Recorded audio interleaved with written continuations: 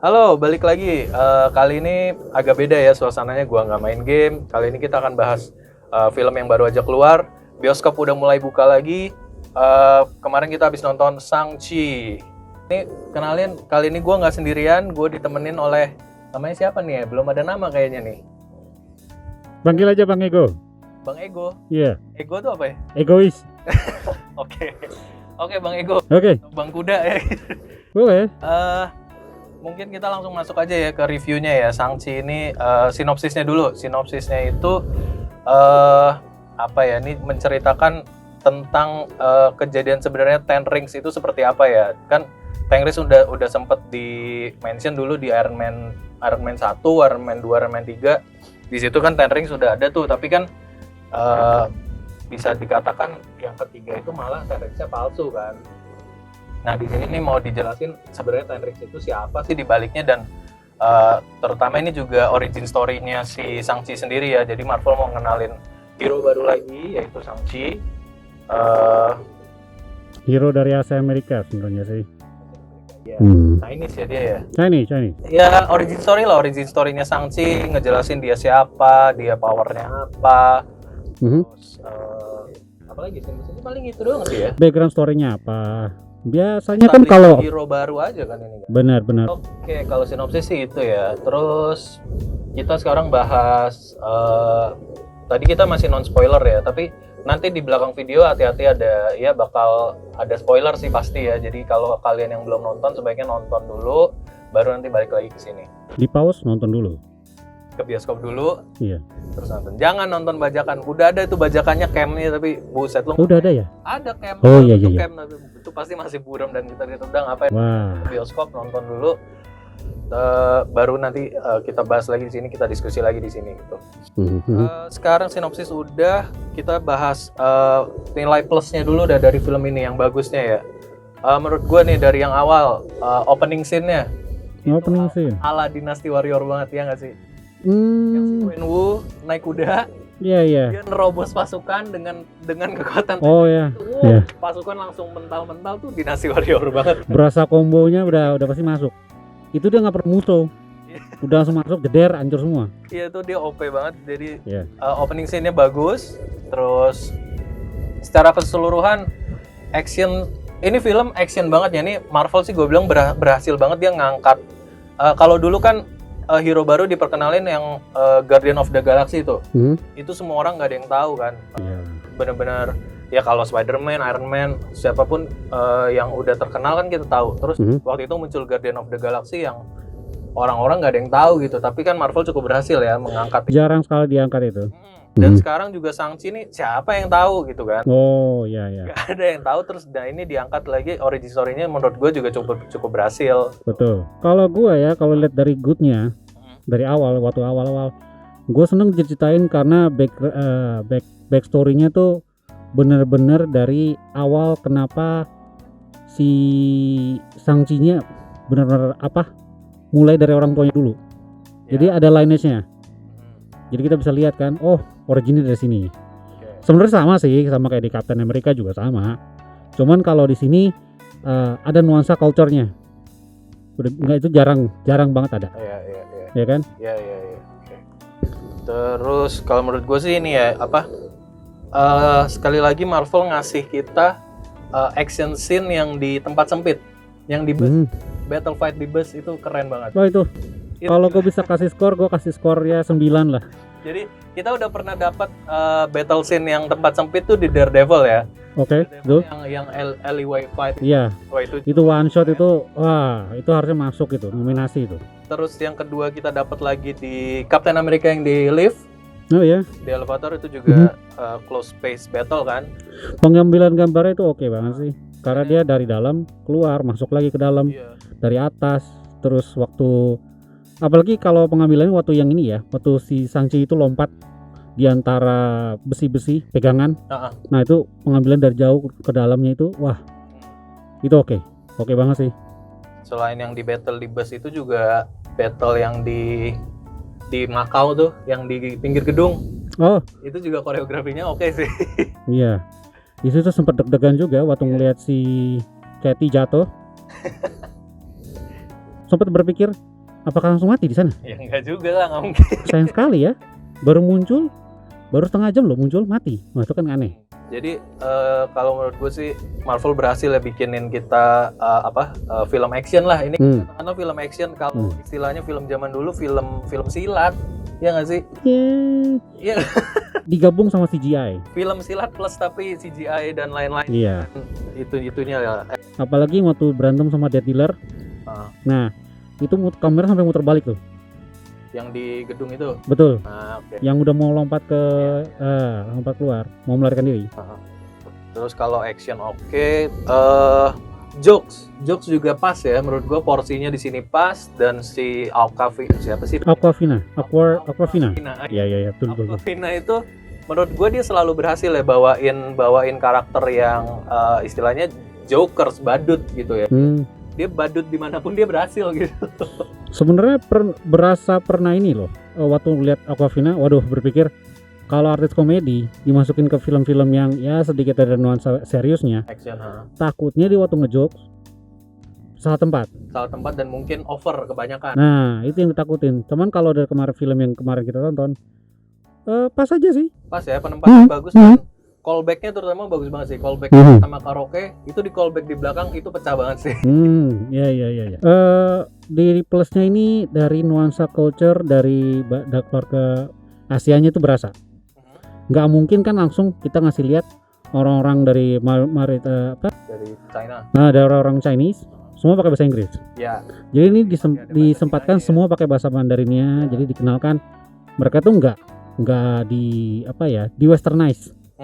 Jadi kadang-kadang gitu kan dikasih lihat, oh memang aslinya sejatinya keluarga dari sana tuh tetap memakai bahasa Mandarin itu untuk sehari-hari. Bahkan waktu lagi ditangkap sama si Wenwu tetap berbicara dengan bahasa Mandarin dan menjelaskan juga ke Katie karena notabene Katie tinggal dan besar di Amerika. Dan dijelasin juga ya, maksudnya anak kecil kan bisanya bahasa Cina nih, terus dibilangin sama bapaknya, lo mesti belajar juga nih bahasa Inggris gitu kan. Jadi ketahuan gitu. Beda banget sama kita nggak dapetin ini di film Black Panther misalnya, yang settingnya Afrika tapi dari awal ngomongnya udah bahasa Inggris terus kan. Cuman dimenangkan dengan logatnya aja. Kita nggak berasa kultur Afrikanya kurang ya kalau saya merasa ya. Walaupun logatnya ya oke lah, dapet lah ya. The good ya pasti kalian harus ngedik sendiri ya, harus ngegali sendiri. Karena perspektif kita beda-beda. Ya, subjektif. Betul. Film kan masalah selera ya. Kita juga bukan filmmaker yang tahu banget tentang bilang gambar apa segala macam ya. Kita sebagai fans Marvel fan aja. Sebagai fans aja dan. Atau di sini ada DC fan juga? Nggak apa-apa. Jangan ribut. Saya juga kadang-kadang suka. Oke. Plusnya udah, goodnya udah, badnya. Nah, badnya apa? Lalu dulu deh apa ya? Badnya kayaknya kalau di part 1 nggak ada keluhan. Part 2 juga lagi berasa, oh kita lagi ngegali nih informasi tentang apa, tentang keluarganya, tentang apa yang terjadi. Tapi waktu ke part 3 yang tentang war berasa kurang. Tertaiknya gue rasa apa ya? Kalau menurut gue agak dragging, agak bukan bosan tapi lu merasa diseret-seret gitu loh. Jadi merasa dipaksa jadi harus selesai. Iya, harus selesai di situ. Enggak enjoyable tapi agak dragging aja menurut gue. Battle-nya juga terutama yang dua naga itu ya, pertarungan naga-naga bear brand itu. Third part a bit dragging, terus final battle yang menurut gue ya udah gitu aja gitu. Dan apa ya, gue ada sayang yang membekas banget kan Kamehameha-nya itu ya. Sampai dibahas sama si Katie juga terakhir kan. Iya. Kamehameha. Tapi sebelum dia ngeluarin Kamehameha yang dia muter-muter di atas langit itu kayak agak nggak penting nggak sih? Yang dia mental di atas nih, terus dia cuman ngeluarin kuda-kuda gitu terus pecah terus. Iya, terlalu lama. Iya, itu agak aneh sih menurut Sama ada satu lagi sebenarnya yang kurang. Sebenarnya kurang ya. Tapi tergantung selera lagi, tergantung pemikiran orang, perspektif orang. Tapi menurut gue waktu untuk casting sebagai elderly woman itu selalu kayaknya jatuh type castingnya tuh ke Michelle Yeoh. Yang serius yang mana. Jadi waktu kelihatan adalah yang keluar dari di Talo, keluar dari barisan itu yang keluar adalah tantenya dia dan yang keluar adalah Michelle Yeoh, langsung Kalau yang jadi ibunya Eh, ibunya Shang-Chi itu siapa ya? Pemain lawas juga nggak sih? oh enggak, dia baru. ya? Namanya Falashen. Jadi yang lawas itu cuma si Wenwu sama si Michelle Yeoh. ya. Mhm. Mereka itu sudah pernah kolaborasi tahun 93. Ada yang udah lahir tahun 93? Ketahuan nih umurnya. Kurang aja kan? Penikmat Ya. film Silatonik. Tony Leung itu sepertinya dia lebih banyak menitik beratkan sebagai pemain yang legendaris ya di sini ya. Jadi kayaknya dia yang carry ini semua film ini. Iya betul, gue setuju banget. Actingnya si Tony Leung tuh keren banget. Mhm. Bahkan si Simu Liu tuh udah nggak ada apa-apanya. Bener-bener standar banget si Simu Liu walaupun dia tokoh Iya. utama ya, itu gue rasa actingnya bener-bener kebanting sama si Tony Leung. Berada di bayang-bayang lah. Sayangnya karakter si Tony Leung di situ, Wenwu, harus mati. Ya, dan mati. Oh, ini bad spoiler ya, hati-hati loh. Oh iya, spoiler alert. Hati-hati yang belum nonton. Wenwu mati di ujung. Ya dan menurut gue juga story-nya ya agak story dari part 1 part 2 sih oke ya, maksudnya nggak ketebak lah gini-gini. Tapi di part 3 gue udah bisa nebak gitu bakal ini mah paling mati nih, bentar lagi nih si bapaknya mati, tulangnya diwarisin gitu kan, dan kejadian kan gitu. Kayaknya kayak tipikal ya. Tipikal story-nya ending pasti begitu. Oh, satu lagi yang sebenarnya nggak suka. Apa? Kematian dari Death Dealer.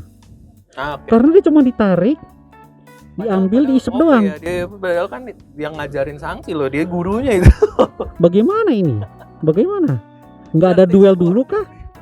Nggak digebuk-gebukan dulu kah? Sama Suliang aja dia nggak ketemu tangan gitu loh. Bagaimana ini? Tiba-tiba langsung mati begitu, ya kurang seru. Debatnya itu doang ya kira-kira ya. Apalagi? Debatnya. Mungkin ini ya, penjelasannya kan ada nih tentang Dark Dweller itu siapa. Cuma mereka nggak dijelasin Talau itu sebenarnya apa. Iya. Talau itu kalau kalian benar-benar perhatikan ya, dan memang juga baca komiknya, Talau itu sebenarnya bukan ada di dunia. Dimensi lain kan? Dimensi lain, betul. Iya. Kalian harus tahu tuh. Jadi sekarang Marvel udah makin ribet nih. Ada dimensi lain, ada universe lain, ada planet lain, udah macam-macam. Jadi kalau nanti misalnya ada cerita yang nggak mengena di kalian, ya nikmatin aja. Kita ikutin aja. Iya, karena ya memang sudah bercabang. Salahkan Loki. Sylvie Loki nanti nonton makanya. Iya. Oke. Udah? The bad sih mungkin saya dari itu aja, mungkin banyak, cuman ya lebih baik kalau kalian pengen mau diskusi mendingan di kolom komentar aja. Ya, nah ini kita sekarang good-nya udah, bad-nya udah, sekarang kita bahas ke teori nih, teori fan nih. Oh ya. Easter egg ada apa aja sih di situ gitu. Yang pertama nih yang masih sampai kita nonton sampai habis filmnya juga belum kejawab. Oke. Ngapain sama si Abomination? Itu kenapa? Butuh duit. Nggak dijelasin men. Butuh duit. Kalau di situ kan Wong udah kelihatan banget akrab ya. Oh ya. Emil kan, nama aslinya si Abomination kan Emil kan, Emil. Iya. Gue lupa lah. Dia udah akrab banget manggilnya Emil gitu, dan itu kan juga battle-nya itu kan stage kan, mereka atur kan intinya harus siapa yang kalah siapa. Karena si Wong tuh gua rasa cuma nyari sandwich money itu dia. Nyari duit itu dia battle sama si Abomination, orang terakhir kan dibilang mestinya lu gini nih tadi pukulannya jangan terlalu kenceng gini-gini kan. Berasa WWE. Iya, udah suka nonton WWE. Entertainment. Tonjokan entertainment. Kalau yang perhatiin di waktu bagian sebelum masuk ke ring utama, kan ada yang berantem di akuarium tuh. Ya. Nah, ada Black Widow ya. Betul. Ya. Ada juga yang dari musuhnya di Tony Stark yang kedua. Ya. Ya kan yang bisa meleleh. Kalian harus bisa lihat itu. Itu udah kayak Easter egg juga sih. Ya. Dan ada yang ngomong bahasa Indonesia loh. Hah? Ada. Lo nggak nyadar ya? Wah, nggak nyadar. Ada yang dia pakai topeng hitam. Sama yang pas di akuarium itu kan ngomong apa gue lupa. Intinya dia ngomong terima kasih. Dibilang kayaknya nice costume atau nice apa gitu. Kayaknya harus nonton ulang ini kayaknya. Ya boleh dicek ya itu nanti. Iya. Di scene yang akuarium itu ada yang ngomong terima kasih gitu. Jadi di Macau itu fighting ringnya itu diisi oleh banyak macam-macam orang ya. Gitu.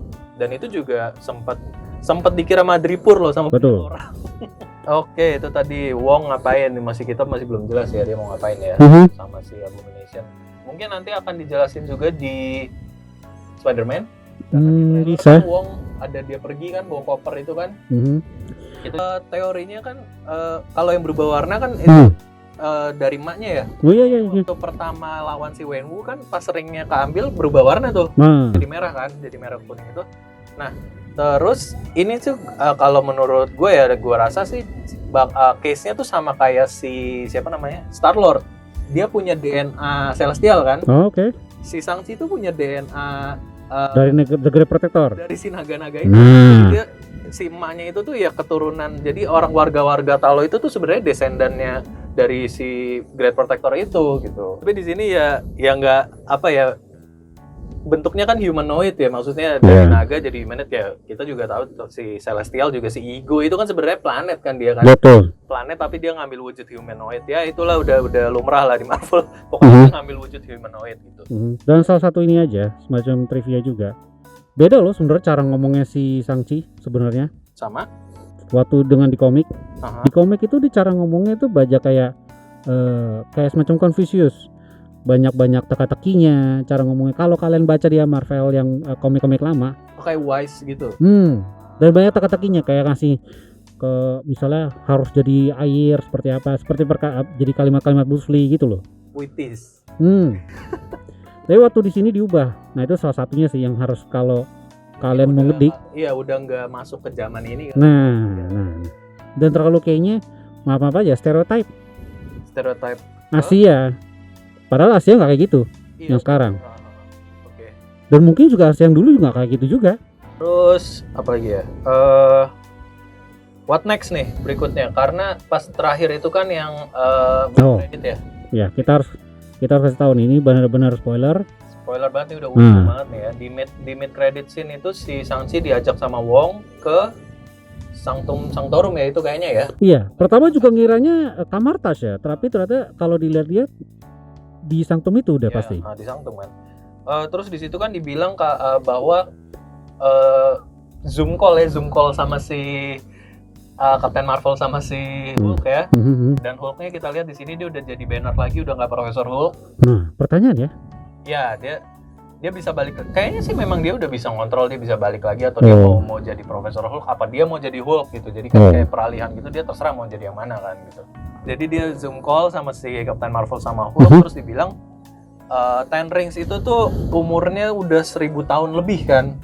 Umurnya udah 1000 tahun lebih dan bukan Chitauri teknologi. Bukan Chitauri teknologi sama. Bukan Vibranium juga.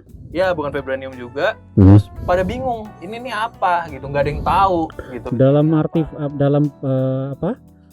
artefaknya list artefak di dalam Di buku library pun nggak ada. Di bukunya si Wong yang paling lengkap itu di perpustakaan kan dia ada list semua artefak kan. Itu nggak ada di situ. Dan yang bikin deg-degan adalah kalau kalian lihat sampai di terakhir kan, itu mengirimkan beacon. Mengirimin sinyal. Itu ke siapa? Ngirimin sinyal ke siapa gitu. Nah itu juga kemungkinan the big bad yang akan datang nih. Kita nggak tahu siapa. Thanos sudah nggak ada nih. Thanos nggak ada tapi masih ada banyak. Ada Galactus, ada Dormammu, ada macam-macam, masih banyak big bad villains yang gede-gede itu masih banyak gitu. Semoga di Eternals ntar nyambung ya. Kita bisa ngeliat juga nih. Ya. Shang-Chi ini sebenarnya juga oke ya, dia masukin kontinuitasnya, kesinambungan sama film-film sebelumnya masuk banget ya. Betul. Establishnya nggak buru-buru tapi on point aja gitu. Mungkin ntar yang kurang aja di ini ya, Ten Rings yang baru. Ya, Ten Rings yang baru si siapa nama adanya? Su Liang. Si Su Liang kan jadi headnya Ten Rings yang baru nih. Dan dia kayaknya bikin, kalau menurut gue sih kayaknya dia bikin mau mindahin arenanya yang di Macau tuh ke situ gitu. Jadi mungkin battle-nya akan lebih gila lagi di situ dan dia sekarang punya army cewek juga kan. Tadinya kan cewek bener-bener kagak dilatih kan kalau sama si Wenwu kan. Sampai anaknya sendiri aja nggak dilatih tuh karena cewek. Nah, itu juga jadi salah satu poin. Di sini ada poin pembuktian dari Su Liang itu karena biasanya dia tidak boleh terlihat. Sekarang dia nampilin diri. Oh iya kan? Ya dia naik tuh, dia naik. gitu. Terus jadi kita masih nggak tahu nih dia punya agenda apa, karena di belakang kan di post credit yang paling ujung ya. Ya. Kan dia petantang-petenteng itu, kayak jagoan gitu kan. Dan kayaknya mau mulai bisnis. Nah, kalau kita ngomong bisnis yang di bisnis gelap, Ya.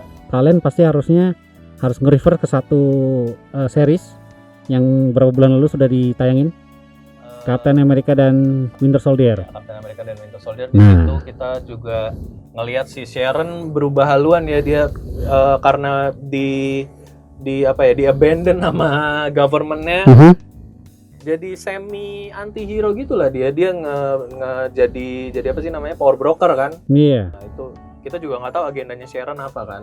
Apakah dia nanti berhubungan langsung juga dengan Suliang? Wah. Atau bisa jadi ya, mungkin Ten Rings yang baru bisa aja bakal muncul di salah satu series. Nah, bisa di mana ya? Hawkeye enggak sih. Hawkeye gue rasa sih bakal fokusnya ke rumornya sih bakal ada Kingpin di situ.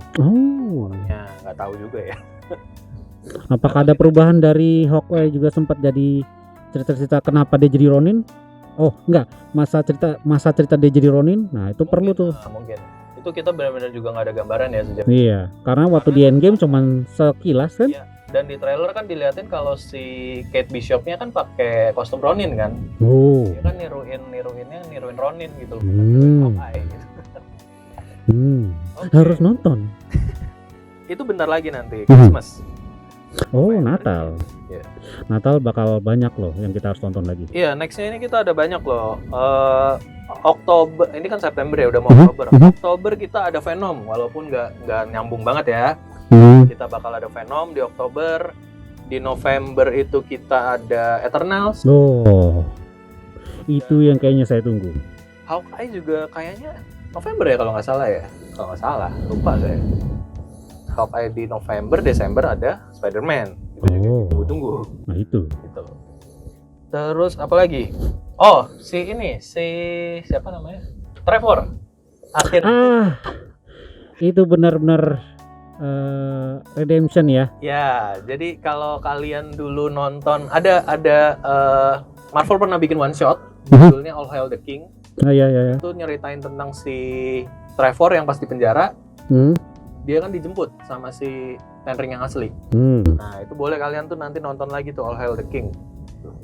Jadi tapi kayaknya kalau dilihat dari filmnya terakhir, kemungkinan si Trevor itu bakal tinggal sama orang-orang Talau.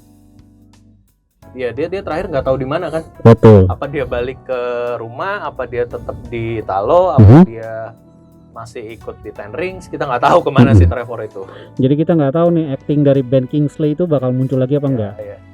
Mungkin cuma teaser. Lagi sih, gue seneng sih sama karakternya dia. Iya, Ben Kingsley bagus loh. Iya. Di situ lucu banget. Senior juga. Udah, apalagi teorisnya? Paling ngebahas dikit ini ya.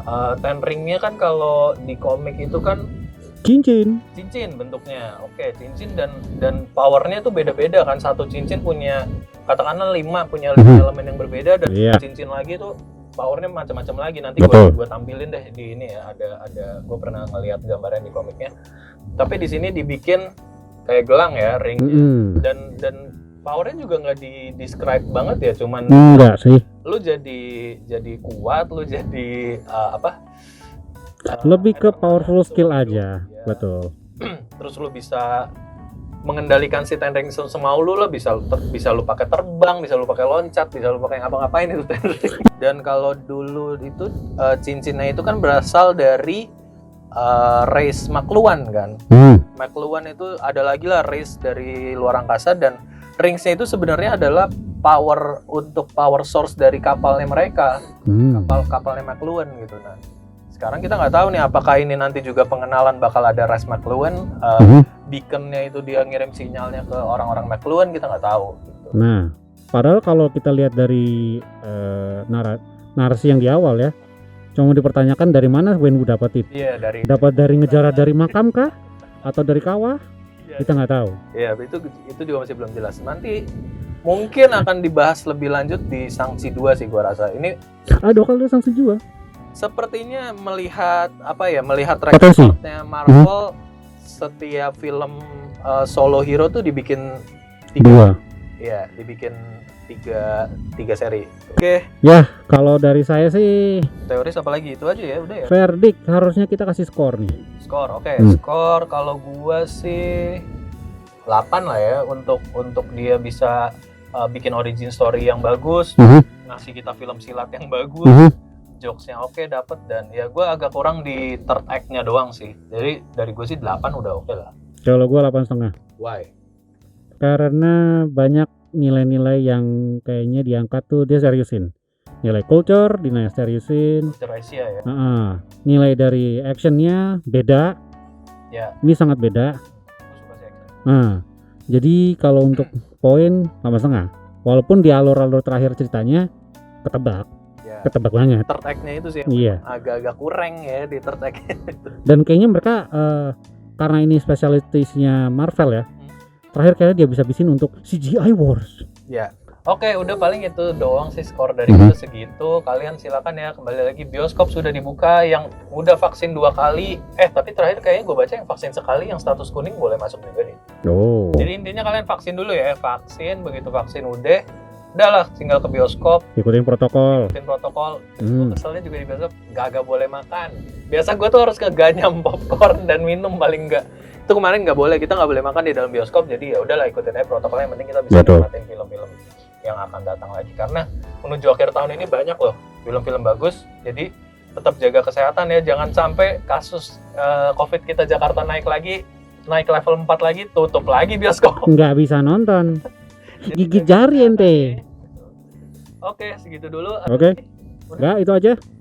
Kalau mau diskusi, coba aja di kolom komentar ya. Di kolom komentar tinggal tulis aja, kita diskusi di situ. Oke. Thank you yang udah nonton, bye bye.